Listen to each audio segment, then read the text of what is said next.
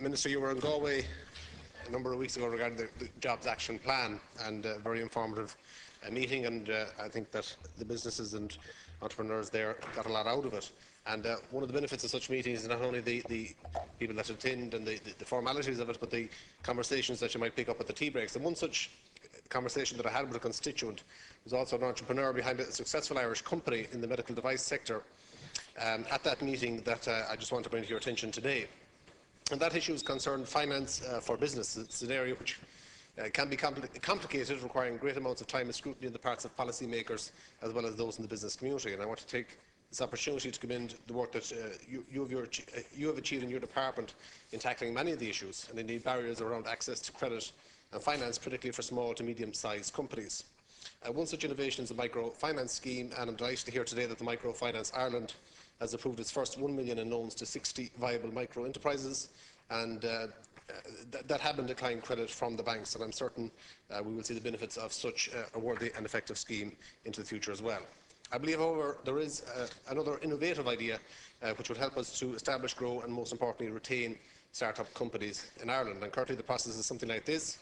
An entrepreneur who has an idea which comes from maybe a myriad of sources and often from their work in a particular sector. The entrepreneur conducts some research, draws up and designs and creates a business plan and establishes a company to progress that idea. However, in order to grow the company, finance is required. Unfortunately, many financial institutions are reluctant to take the chance with a start-up company. This leaves the entrepreneur with few alternatives but to avail of a loan, often for equity in the company, from a venture capital fund. The funding provides a much-needed boost to the new start-up, facilitating growth and expansion. However, and I must stress, I'm not an expert on venture capital funds. The funds are generally of a fixed-length term, so if you receive funding from a 7-year fund, in year 5 of that fund you are required to repay the loan after only 2 years when the fund matures. Such an eventuality often results in the entrepreneur having to sell the company to obtain the finance necessary to repay the loan. This sadly means that the brilliant idea, the innovative product or service, is snapped up by another company, often a company based abroad, and the original start-up company is asset stripped, merged or wound down. As a result, Ireland would lose out on jobs, the existing ones and potential ones, the tax revenues as well as customer for other local businesses. This process applies to almost all industries, and certainly the ones we are so fortunate to have in Galway in the West, in sectors as diverse as medical devices, pharmaceuticals, ITC, energy efficiency and others. However, there is a way of combating the loss of retaining the innovative start-up companies in Ireland and of grasping and harnessing the massive potential. The state could establish, you have 1 minute. Thank you, Chairman. The state could establish a special investment fund which would provide access to start-up companies for the sole purpose of meeting the repayment required to the venture capital fund. This would mean the company could continue to innovate and expand in Ireland rather than having to be sold off. Furthermore, the scheme could have a tax incentive feature by which a citizen could opt to reduce their tax liability by contributing such a fund. So I'd just like to ask the Minister, would he give consideration to these plans? Thanks, Deputy. Minister Richard Bruton, you have 4 minutes. Well, thanks very much, Cahir. This whole issue of funding for early startups is an issue that my department takes a very keen interest. As you probably know, Enterprise Ireland is probably the largest, certainly in Europe, the largest funder of seed capital startups. It has 800 companies in its portfolio of companies, and it invests through a mixture of different types of seed, sometimes preference shares, more often probably also with the venture fund, where it takes a certain shareholding and the venture fund is there as well. And it has gone out of its way to promote the development of venture and seed funding. And as recently as in the last budget, we announced additional 178 million to have another round of funding that would leverage up to about 700 million in seed and venture funding over the next few years. So we've put a lot of money into incentivising the availability of seed and venture, because in a lot of these companies, the risk is such that banking isn't the appropriate vehicle. So we're trying to have a range of funding options, and this is one of them. We also have various tax-driven schemes, such as the seed capital scheme, where a newly establishing company whose promoters have previously been PAYE can take their tax paid in the last 6 years and put them into the company. There's also the EIIS, which allows individuals who are at arm's length from the company to invest in funds that provide investment for the growth of that company. So a lot of the effort by the state, if you like, hasn't been on the exit side, it has been on providing the funding to get the startup off the ground and get the jobs established. The issue of exit is a vexed question. As you rightly say, VCs will want exit. Sometimes that exit is by a second round of funding. So, a successful company maybe will see new venture money coming in, and the people who want exit can get an exit at that stage. Sometimes it is, they place a company on the shares register, very rare in Ireland. Sometimes, as you say, it's by trade sale.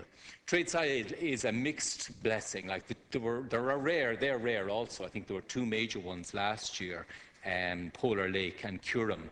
Both have actually added employment in Ireland since they were sold. So it's not an unmitigated disaster to see, a company that has grown to a certain scale, can't grow to the next level, being purchased and then continue to expand. But I think it's not always the case. I think we're certainly willing to look at the Deputy's proposal, and if he has developed it in some way, we will have a look at it. But I suppose it would be fraught with some difficulties. Not least, I suppose, there'd be the obvious state aid issue. Why would you be favouring an owner of a certain nationality as against another? If you're picking out Irish entrepreneurs to offer this concession, would that be viable? And I think you just have to be looking at, what's the market failure here, and what are we trying to subsidise? Are we trying to subsidise, individuals holding the ownership? Are we trying to subsidise the most rapid development of the company? And I think it would have to be shown and argued successfully that the most successful development of the company was retaining the ownership in the founder's shareholder. Minister, you have 1 minute. Yeah, so I think we're certainly willing to look at it, and we are continuing to look at the market. But as you've seen from our initiatives in the last 12 months, there's that seed fund of 700 million. The NPRF have come out with 850 million of new sources of funding, but they're all about getting new funding into the company rather than, if you like, subsidising the exit of some funding in order to allow the owner of the company expand its shareholding. So I think it needs a little bit more study as to whether this would be a right route to go. With I suppose, the difficulty in funding startups and the difficulty in accessing bank lending, I suppose what we really has focused on in the last 2-3 years has been, actually getting money into these potential growth companies. But by all means, if Deputy Kine wants to elaborate on it, I will have it examined by Enterprise Ireland and by my own officials to see is there scope in this area. Thanks, Minister. Deputy Kine, you have 2 minutes for supplementary. Thank you, Chairman. I'd like to thank the Minister for his response, and I'd like to commend the work by himself and his department and Enterprise Ireland and all the bodies in relation to the seed schemes and for startups. And there's been a lot of positivity over the last couple of years in that whole area, and there's no doubt we've seen the benefits of that. Just in relation to the exits, I suppose it depends when that exit would take place in terms of the venture capital fund. If it happened early enough, you have a period of time to repay those. But for as I said in the example that I used, where a company didn't have access till year 5 of a fund, they have only a couple of years to pay that money back. And certainly, yes, there can be examples where another Irish company, for example, would buy that company up and retain the jobs here. But obviously, I think you'd agree it would be a shame where a company did go through a process only to have it gobbled up and those jobs exported or whatever. So I certainly welcome, and I will put more flesh on this proposal and submit it to yourself within the Department and Enterprise Ireland to see what basis or what positivity can come from it in terms of protecting jobs that may go overseas. Thanks, Deputy Minister. You have 2 minutes. Yeah, no, just very briefly, like one of the things, the issues in this year's action plan for jobs is to look at whether the stock exchange the Irish Stock Exchange could be a vehicle for exit. In other words, that you get into what they call an initial placement, offering an IPO, where the company places a certain amount of its shares on the open market for subscription.